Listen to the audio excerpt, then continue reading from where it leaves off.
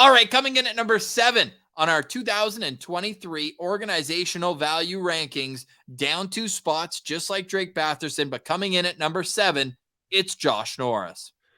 Whew, yeah, this is a big X factor, like you talked about. I think Josh Norris and Corpusalo are kind of similar weights as far as X factor goes to the success of this team this season. And we've already kind of hashed a lot of Josh Norris throughout this episode, but again, I'll repeat it: is the goal scoring ability that this guy has. Ross and I got front row seats to see that in Belleville. His one timer from his office on the power play is up among the best in the league, honestly. And I really think that if we can get a healthy season of Josh Norris and then pair him with Drake Batherson and have a veteran guy like Claude Giroux on the left flank there, this can be an incredible second line. Now, Josh Norris, this guy's more than a one-timer. Like he's obviously a one-timer threat. 35 goals in his first full season with the Ottawa Senators. Of course, the 56 game season, I guess, was full, but it was also a 56 game season where he was able to play 66 games. And man, he is so dynamic offensively. He brings great agility. His playmaking, I think, is underappreciated. And it's tough, right? The 8 games we mentioned, 2 of them being injury filled games where he didn't even play. So 6 full games, had 1 goal, 3 assists, 6 points, 4 points, 6 penalty minutes, and was a -1. Was -3 in the first game of the year, though, against the Buffalo Sabres. But that's 7 years, $7.95 million left on his deal. Like, you need that version of Josh Norris back. And if not, a step up. He's 24 years old now, 6'2", 195. And I really think that this year and next year are critical years for Josh Norris. We know how well liked he is on the team. We know that he was able to wear a letter like you saw in that photo we pulled up. Like, same with Drake Batherson, though. Like, these are the core pieces that they've committed to long term. And then it's like, okay, where's the next step in their development? You mentioned the amazing play that Josh Norris had in Belleville. AHL Rookie of the Year, was a first round pick. Great piece of the World Junior team before the injury ended his season at Michigan. But like, I don't know outside of health what to say. I need to see more from him. I just think consistency is going to breed the ability that we've seen already. Great in the faceoff circle, great defensively, can match up, never gets beat one-on-one in terms of a center matchup. He's great defensively from that standpoint. He also has a booming one-timer, good vision as a playmaker. Like, he's got everything that you want in like a 5-tool type player, but it's just, can he stay healthy? It's an age-old question. It's probably cliche because you could say that about any player, but with his injury history, like, he has to prove it before people will believe in it.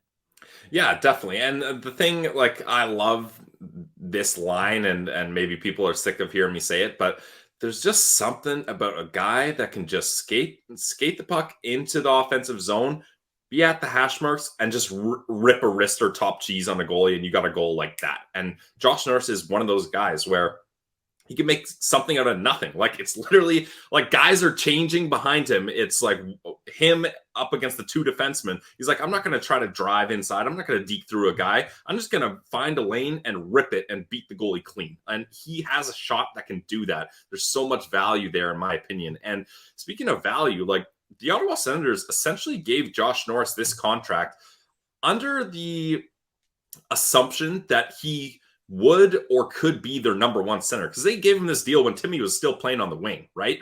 And there wasn't really sure, like, can Timmy properly go from winger to center? When are we going to do that? Is he going to be better on the wing or center? Well, now we know Tim Stützle is this team's number 1 center. I don't think that's up for debate. But having your top 2 centermen, one making just under $8 million and one making over $8 million, it's a lot better than having your top 2 centermen making, I don't know, I'm just going to throw a random number out here, $11 million each. Ooh. I'll take these contracts for sure. So I think that's where the Ottawa Senators have done well, is they've had opportunities to kind of really structure this cap. And if everybody falls into their place roster-wise, I like it. I like it a lot.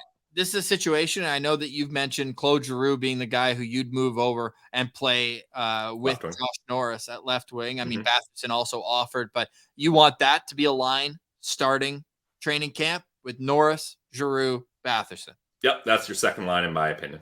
If that's not clicking, but the first line is Stützle, Tkachuk, Tarasenko, who's the first person you'd move up to play on that second line? I mean, it's going to be Kubalik for sure. I think that's the guy that you would do that with. But Because then, Joseph and Norris, if Joseph's still here, had that great end of the yep. run with Brady as their winger as well at the end of the 21-22 season. Yeah, exactly. There's so many hypotheticals with Pinto not signed and money probably being moved. But yeah, I would honestly flip Batherson and Joseph. I think obviously I don't want Batherson playing on that third line, but man, Batherson on the third line could eat up other teams' bottom sixes, and I think he could have success there if there's a certain centerman playing there that can help him out. So it's all going to come down to what happens with Pinto. But if that, I have a hard time, Ross, seeing that top six not click the way we've got it. Brady, Timmy, Tarasenko, and then Giroux, Norris, Batherson. Like, man, there's just so many different skill positions there, and everybody has their own attributes that they bring to the table. And I really see it meshing really well. Now, you can rewind to last season and us saying Alex DeBrincat, Tim Stützle, and Claude Giroux were going to be that pair, that trio that would mesh perfectly together, and we didn't even get to see that hardly at all. So we'll see how it goes, I guess. What would it take for you to put back the kid line, the old kid line with Josh Norris, Brady Tkachuk, and Drake Batherson? It would take Tarasenko not working on that line with Brady and Timmy. I think that's you don't like the potential of a Timmy Giroux Tarasenko line. No, I definitely do like that as a potential. Yeah, I don't mind that.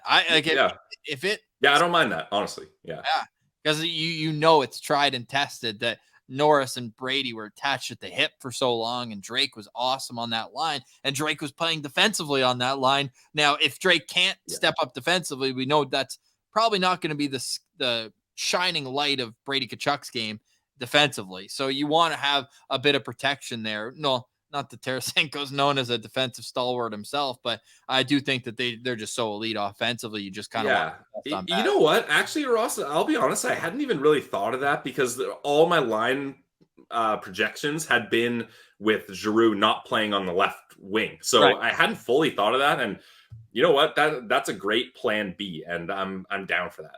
Yeah, exactly. Really interesting to see what DJ does, and especially if and when Shane Pinto gets back in the mix and what needs to happen for that. There's plenty more to get into, but when it comes to number 7 on our organizational value rankings, it's Josh Norris, who was 9th in 2020, then 5th in 2021 and 2022, and then 7th now in 2023. So funny to see, like Drake Batherson was one spot ahead of Norris in 2020, then Drake moved one spot below Norris the last 2 years and now stays one spot below now, 7 and 8. But those two attached at the hip in our organizational value rankings and attached at the wing potentially for those two, with Norris as Drake's center for the years to come. But Josh Norris comes in at number 7 on our organizational value rankings.